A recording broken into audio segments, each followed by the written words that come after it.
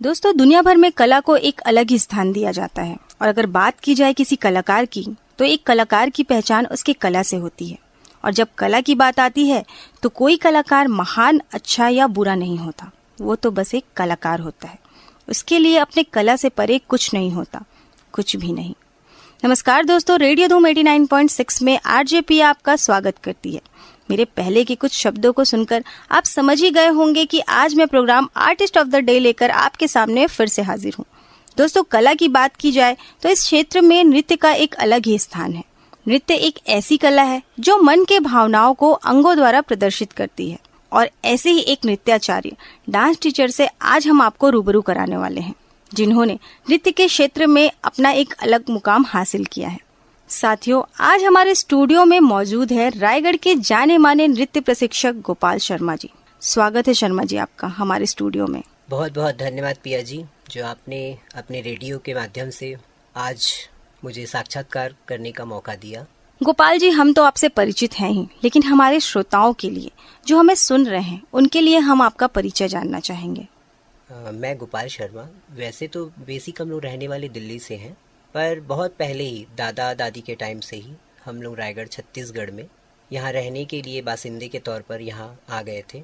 तब से मेरी पैदाइश, मेरा लालन पालन सब हमारे रायगढ़ छत्तीसगढ़ में ही हुआ है। गोपाल जी, आप एक नृत्य प्रशिक्षक हैं, आप बहुत सारे लोगों को नृत्य की शिक्षा देते हैं, तो हम आपसे ये जानना चाहेंगे कि आपने अपने नृत्य की शिक्षा कहाँ से ली है।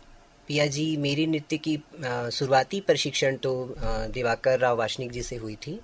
उसके बाद वैष्णव संगीत महाविद्यालय, जो कि रायगढ़ घराने को बिलोंग करते हैं, वहाँ से मेरी शुरुआत, जो नृत्य की जो बोलना चाहिए एक धारा है, जो एक लाइन है, वहाँ से शुरुआत हुआ।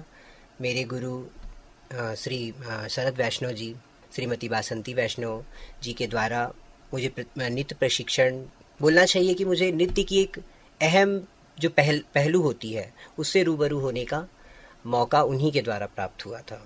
तो आप रायगढ़ घराने से बिलोंग करते हैं, रायगढ़ घराने की नृत्य की शिक्षा आपने ली? कह सकते हैं रायगढ़ घराने से बिलोंग करते हैं। गोपाल जी, आपकी स्कूल एजुकेशन जो बोलते हैं हम, वो कहाँ से हुई है? स्कूल एजुकेशन पिया जी रायगढ़ छत्तीसगढ़ से ही हुआ है। वैसे तो घर के हालात उतने कोई खास पहले आप समझ सकती हैं कि उस जैसा नहीं रहता था, तो गवर्नमेंट नटवर हाई स्कूल से ही प्रायः लोग, क्योंकि पहले के टाइम पे वो स्कूल बोलना चाहिए अच्छा कह सकते हैं, गवर्नमेंट की तरफ से एक अच्छा हम लोग के लिए फैसिलिटीज़ था, जिससे मेरी स्कूल की पढ़ाई तो नटवर हाई स्कूल से ही हुई है। फिर आपने आगे कॉलेज की पढ़ाई? आगे कॉलेज की पढ़ाई मैंने खैरागढ़ वर्ल्ड यूनिवर्सिटी से किया, नृत्य में प्रशिक्षण वहाँ से लिया। फिर मैंने वहाँ बीए किया, फिर एमए किया, कथक में मैंने एमए किया, और इलाहाबाद यूनिवर्सिटी से मैंने प्रभाकर की उपाधि भी ली। और अभी बस प्रशिक्षण चल ही रहा है, क्योंकि दौर तो कभी ख़त्म होता नहीं है। सीखने के तो हमेशा तमाम उम्र निकल जाती है, सीखते रहो, सिखाते रहो। जी जी, बहुत अच्छी बात कही है आपने। चलिए चर्चा को आगे बढ़ाते हैं। गोपाल जी, कथक नृत्य के साथ साथ आप आधुनिक नृत्य की भी शिक्षा देते हैं। जी हाँ। वे दोनों नृत्य अपने आप में अलग अलग महत्ता रखते हैं। दोनों डांस फॉर्म के बारे में आपके क्या विचार हैं? देखिए, हमारे में दोनों डांस फॉर्म में बोला जाए तो हमारा शास्त्रीय नृत्य हो, चाहे शास्त्रीय संगीत हो, चाहे शास्त्रीय गायन हो, वो बहुत ही अहम भूमिका रखती है। क्योंकि शुरुआत, बोलना चाहिए शुरुआत, बेस जिसको बोलते हैं, वो क्लासिकल नृत्य से ही एक प्रशिक्षण के द्वारा हम विद्यार्थियों में ला सकते हैं, और वो अहम भूमिका होती है। और आधुनिक नृत्य जो होता है वो सुनने और करने में अच्छा लगता है, पर वो समय के साथ तालमेल बैठा के नहीं चल सकता, क्योंकि वो आज आया कल चला गया, ऐसा मेरा मानना है। पर शास्त्रीय नृत्य कल भी वही था, आज भी वही है, और मेरी आशा है कि वो आगे भी ऐसा ही अपना स्थान बनाए रखेगा। जी जी, वो शास्त्रीय चीजें ही हैं जो कभी खत्म नहीं होती, वो दिन पर दिन आगे बढ़ते जाती है और उसी प्रवाह के साथ आगे बढ़ती जाती है। बहुत अच्छी बात कही है आपने। गोपाल जी, आगे हम आपसे जानना चाहेंगे कि नृत्य के क्षेत्र में आगे बढ़ने के बारे में आपने कैसे सोचा? मतलब आप कोई और भी राह चुन सकते थे, पर यही क्षेत्र क्यों? देखिए पिया जी, इस क्षेत्र में आगे बढ़ने का विचार तो मेरा बचपन से नहीं था जी, पर कहते हैं घर के हालात कुछ इस तरह बिगड़ जाते हैं, या यूँ कहूँ कि इस तरह एक पहाड़ सा गति को जो रोक देता है, उस टाइप का एक सिचुएशन पैदा हो जाता है, जिससे हम ना चाहते हुए भी कुछ ऐसे लाइन को चुन लेते हैं जिसे हम चुनना नहीं चाहते हैं। कुछ उतार चढ़ाव ऐसे ज़िंदगी के आते गए, जिससे परेशानियों का जो सिलसिला था चलता रहा। तो नृत्य के क्षेत्र में काफ़ी बोलना चाहिए कि गुरु, मित्र और सहयोगी लोगों ने बहुत ही सहयोग किया। तो मुझे ऐसा लगा कि कम से कम ये जो राह मिल रहा है, कम से कम इसे तो पकड़ें, जिससे हमारी जो आर्थिक स्थिति या हमारी ज़िंदगी है कुछ हद तक सुधर सके। और फिर धीरे धीरे कहना चाहिए कि जब हम इस नृत्य में आते गए तो हमें रुचि बढ़ती गई और आगे और कुछ करें। गुरुओं का भी मार्गदर्शन मिलता रहा, मित्रों का भी मार्गदर्शन मिलता रहा, तो जिससे फिर यही लाइन हमने अपने ज़िंदगी में, अपने व्यक्तित्व में उतारना ही उचित समझा। सही बात है, कई बार हमारी परिस्थितियाँ ऐसी हो जाती है जो हम करना नहीं चाहते, उस ओर भी हमें ले जाती है। गोपाल जी, जैसा कि आपने बताया कि आपने खैरागढ़ संगीत विश्वविद्यालय से अपनी कथक की शिक्षा ली है जी, वहाँ की पढ़ाई के दौरान के एक्सपीरियंस के बारे में हमें कुछ बताइए। हमने सुना है वहाँ संगीत का काफी अच्छा माहौल रहता है। बहुत अच्छा प्रश्न किया है पिया जी आपने। वहाँ का माहौल तो रंगीन है ही, बहुत अच्छा खुशनुमा माहौल है। नृत्य, आर्ट और बोलना चाहिए खूबसूरती को समेटा हुआ एक यूनिवर्सिटी है, या यूँ कहें तो वर्ल्ड यूनिवर्सिटी है। और उसी के साथ में मित्रों का सहयोग। मित्र जब साथ में रहते हैं तो कहते हैं सोने में सुहागा होता है जी। तो उस कड़ी में बहुत सारे मित्र, हमारे लड़के भी मित्र थे, लड़कियां भी मित्र थीं, जिनके द्वारा हमारा जो वहाँ का माहौल है वो हमारे जीवन, जैसा कि हमने अनुभव किया, हमारे अनुभव से वो रंगीन में और रंगीन हो गया, बोलना चाहिए सोने में सुहागा हो गया। तो वहाँ का माहौल बहुत ही उम्दा, बहुत ही खूबसूरत और बहुत ही सुहाना, एक आर्टिस्ट के लिए बहुत ही अच्छी जगह है, ये मेरा मानना है। जब हम वहाँ प्रैक्टिस का सिलसिला रहता था, एग्ज़ाम के टाइम जब हम एग्ज़ाम के लिए तब तैयारी करते थे, तब वहाँ मतलब बोलना चाहिए कि वहाँ जो माहौल था वो बहुत ही खूबसूरत। कभी कभार हंसी मजाक भी होता था, नोक झोंक भी होता था, मित्र लोग के साथ में कभी कभार रूठना मनाना भी होता था। और जब हम वहाँ नृत्य का प्रशिक्षण लेते थे, गुरु जब तबला में बैठते थे, तब इस तरह से हमें सिखाया जाता था कि मानो कि पता ही नहीं चलता था कि कब हमारा नृत्य प्रशिक्षण हो रहा है या हम कुछ सीख रहे हैं। बातों ही बातों में हम बहुत बड़ी बड़ी चीज़ें वहाँ से सीख जाया करते थे।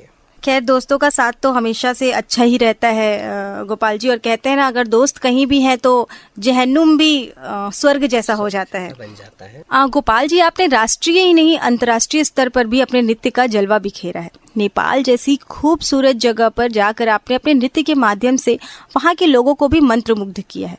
इस विषय में हम आपसे जानना चाहेंगे। बहुत ही अच्छा प्रश्न किया पिया जी आपने। वो खूबसूरत वादियाँ, वो खूबसूरत पहाड़, वो नदियाँ, आपने वो पुराने दिन याद दिला दिए। कहने के लिए तो ये ज़्यादा पुराना नहीं है, अभी अभी की ही बात है, पर आपने यादें ताज़ा कर दिया आपने।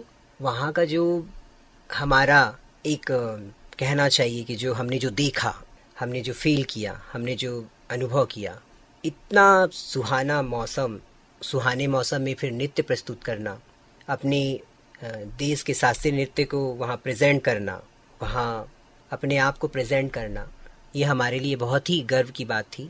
और जब हम वहाँ गए तो वहाँ हमने देखा कि विभिन्न जगह से लोग आए हुए हैं। भारत से भी कई विख्यात नर्तक गए हुए थे, बहुत बड़े बड़े गुरु गए हुए थे। उन्होंने बहुत अच्छा एक बोलना चाहिए कि माहौल क्रिएट किया हुआ था, और नृत्य का एक ऐसा बोलना चाहिए गुलदस्ता सजाया हुआ था कि हमें तो लगा कि हम वहाँ नृत्य प्रस्तुत करने नहीं, सीखने गए हैं जी। हमारा तजुर्बा ऐसा रहा कि सीखने के लिए बहुत कुछ है हमें ऐसा लगा। और जब हम वहाँ प्रेजेंट हुए, जब हमारी टीम ने और हमने प्रेजेंट किया, तो जब हमारे नृत्य को देखा गया और जब हम नृत्य पे उतरे स्टेज पे, तो इतना प्यार, इतनी तारीफ, इतना मोहब्बत जिसे कहते हैं, ऑडियंस से, जनता से, गुरुओं से हमें प्राप्त हुआ। और फिर वहाँ नेपाल की वादियों में घूमते हुए फिर पशुपतिनाथ जी के भी दर्शन किए, जो कि कहते हैं कि शिव जी का धाम है, और वो तो साक्षात ही नटराज हैं जो नृत्य को प्रेजेंट करते हैं। नेपाल का एक्सपीरियंस जो रहा पिया जी बहुत ही सुहाना और बहुत ही अच्छा रहा, जो कि आज भी आपने याद ताज़ा करा दी। गोपाल जी, चर्चा को आगे बढ़ाते हैं। हर कलाकार को अपने जीवन में अनेक कठिनाइयों से गुजरना पड़ता है, तो क्या आपके साथ भी कोई ऐसा समय आया था जब आप बहुत हताश हो गए थे, या यूँ कहूँ बहुत ज़्यादा दुखी थे? फिर उस समय आपने अपने आप को कैसे संभाला और कैसे उस कठिन परिस्थिति से बाहर निकले? इस बारे में हम आपसे ज़रूर जानना चाहेंगे।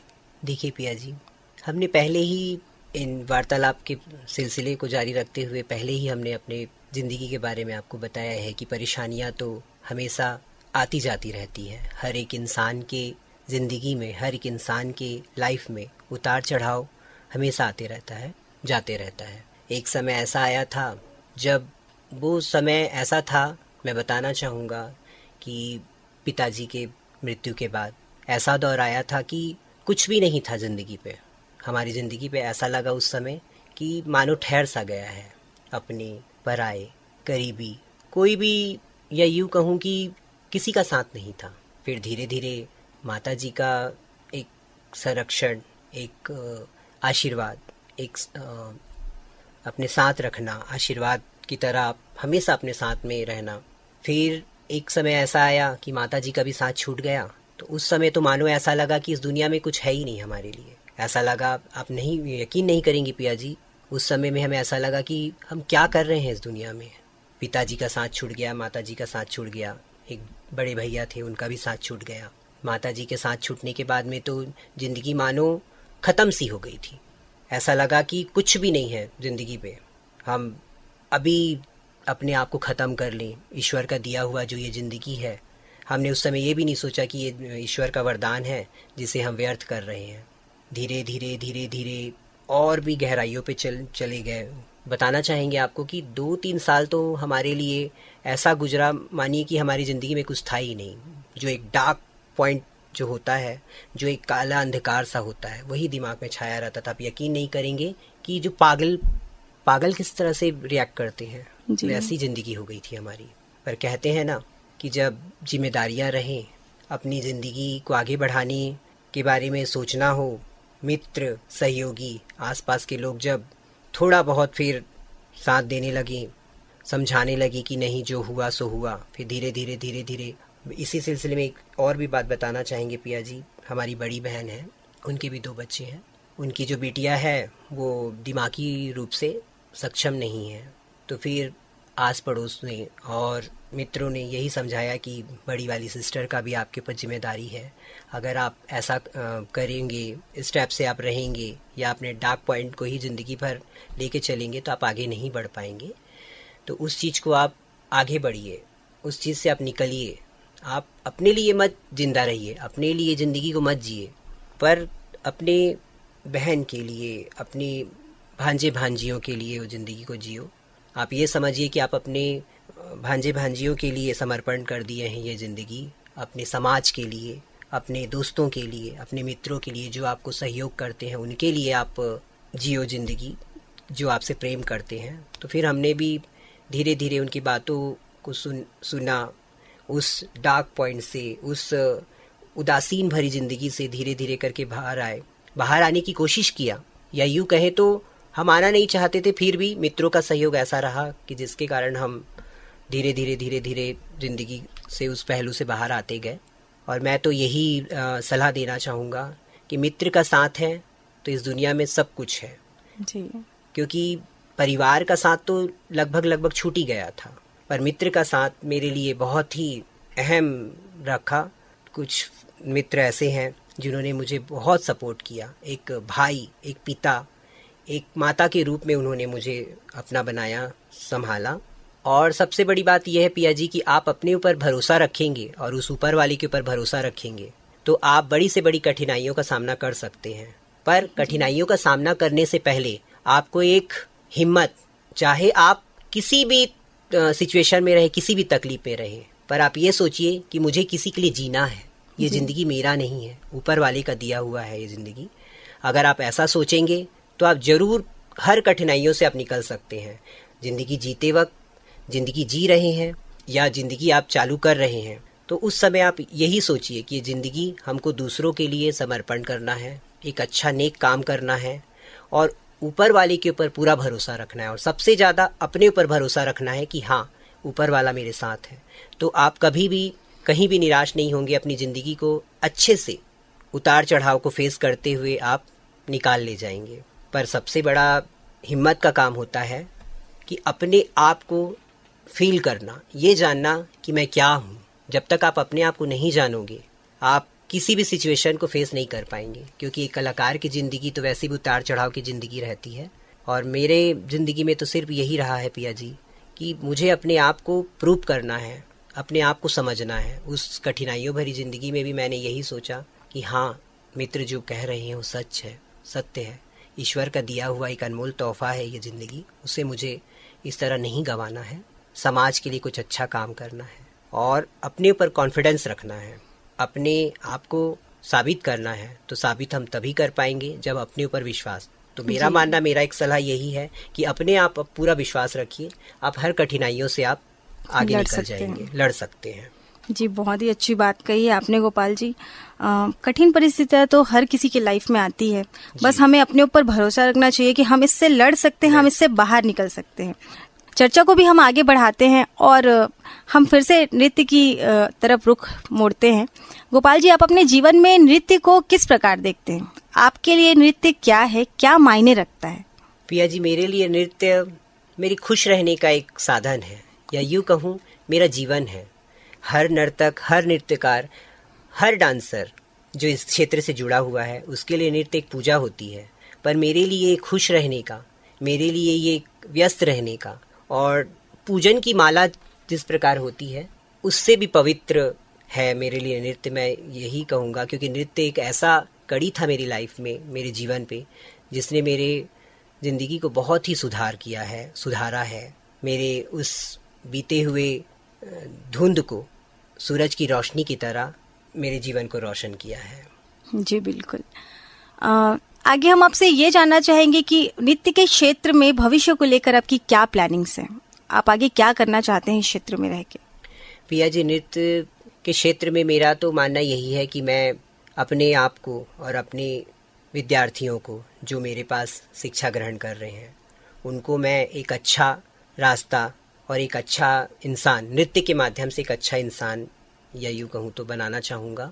और नृत्य में ऐसा मुकाम हासिल करूँ, ऐसा जगह स्थापित करूँ कि मेरे गुरुजन भी, मेरे मित्र गुरुजन सभी मुझ पर गर्व करें। तो मेरी यही प्लानिंग चल रही है कि मैं अपने, क्योंकि एक गुरु तभी आगे बढ़ता है, उसका नाम तभी होता है जब शिष्य उसके सामने अपने नृत्य का प्रदर्शन बेरोक बेटोक और खुशी से प्रदर्शन करे और अपने गुरु और समाज का नाम और एक जगह स्थापित करे। गोपाल जी, आपने अपने शिष्यों की बात कही, तो आगे हम आपसे ये जानना चाहेंगे कि आप अपने शिष्यों से क्या उम्मीद करते हैं कि एक विद्यार्थी में ऐसा क्या गुण होना चाहिए जो उसे एक अच्छा इंसान बना सके, एक अच्छा शिष्य बना सके? पिया जी, देखिए, एक शिष्य में उसका सबसे बड़ा गुण होता है भोलापन। जब तक इंसान के में एक बचपना, एक भोलापन नहीं होगा, तब तक वो एक अच्छा इंसान नहीं बन सकता। ये मेरा मानना है। क्योंकि कहते हैं शिक्षक बहुत होते हैं, बहुत प्रकार के होते हैं, शिष्य भी बहुत प्रकार के होते हैं, पर जहाँ तक मैंने देखा है कि वही एक अच्छा इंसान और वही एक अच्छा आर्टिस्ट बन सकता है जिसके में भोलापन है, बचपना है। क्योंकि आज की भागती दौड़ती ज़िंदगी में पता नहीं वो भोलापन कहाँ खो गया है। आज बच्चे सिर्फ अपने शौक़, अपने आगे बढ़ने में, या यूँ कहें कि कंपटीशन के लिए ही नृत्य ग्रहण कर रहे हैं, आर्टिस्ट बन रहे हैं, आर्ट की शिक्षा ले रहे हैं। पर मेरा मानना जहाँ तक यही है कि एक अच्छा आर्टिस्ट सबसे अच्छा इंसान होता है और सबसे अच्छा इंसान एक भोला इंसान होता है। जी, बहुत ही अच्छी बात कही है आपने। चर्चा को आगे बढ़ाते हैं और हम आपसे जानना चाहेंगे कि जिसकी खूबसूरती की चर्चा तो पूरे विश्व में है, हम आपके शब्दों में उसे जानना चाहेंगे कि आपके लिए रायगढ़ घराने की खूबसूरती क्या है? पिया जी, नृत्य तो अपने आप में ही एक खूबसूरत चीज़ है और नृत्य रायगढ़ की जान है और रायगढ़ नृत्य की जान है।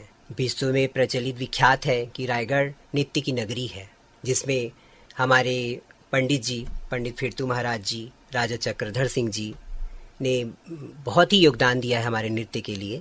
और जिसमें भारत में 4 घराने हुए, जिसमें से एक घराना तो हमारा रायगढ़ ही है, जो कि बहुत ही खूबसूरत, या यूँ कहूँ कि बहुत ही घराने को आगे बढ़ाने के लिए या घराने को खूबसूरत बनाने में हमारा रायगढ़ घराने का भी बहुत बड़ा योगदान रहा है, जो कि रायगढ़ घराने की सबसे खूबसूरत चीज़ तो यही है। पिया जी, मुझे गर्व है कि मैं इस रायगढ़ माटी में पैदा हुआ और यहाँ मैंने अपने नृत्य की प्रारंभिक शिक्षा और पूर्ण शिक्षा, जो कि पूर्ण कभी नहीं होती है, वो मेरे गुरुजनों के द्वारा मैंने प्राप्त की। सच में हम रायगढ़ वासियों के लिए ये गर्व की बात है कि 4 घरानों में एक घराना हमारा रायगढ़ घराना है और इस माटी पे हम रहते हैं। जी, बहुत ही अच्छे विचार हैं पिया जी आपकी भी। गोपाल जी, जाते जाते आप हमारे रेडियो धूम के माध्यम से आज की युवा पीढ़ी जो इस नृत्य के क्षेत्र में रुचि रखते हैं, उनसे क्या कहना चाहेंगे? नृत्य के क्षेत्र में जो रुचि रखते हैं पिया जी, उनके लिए हम यही कहेंगे कि रायगढ़ एक नृत्य की नगरी है और यहाँ बहुत कुछ सीखने के लिए है।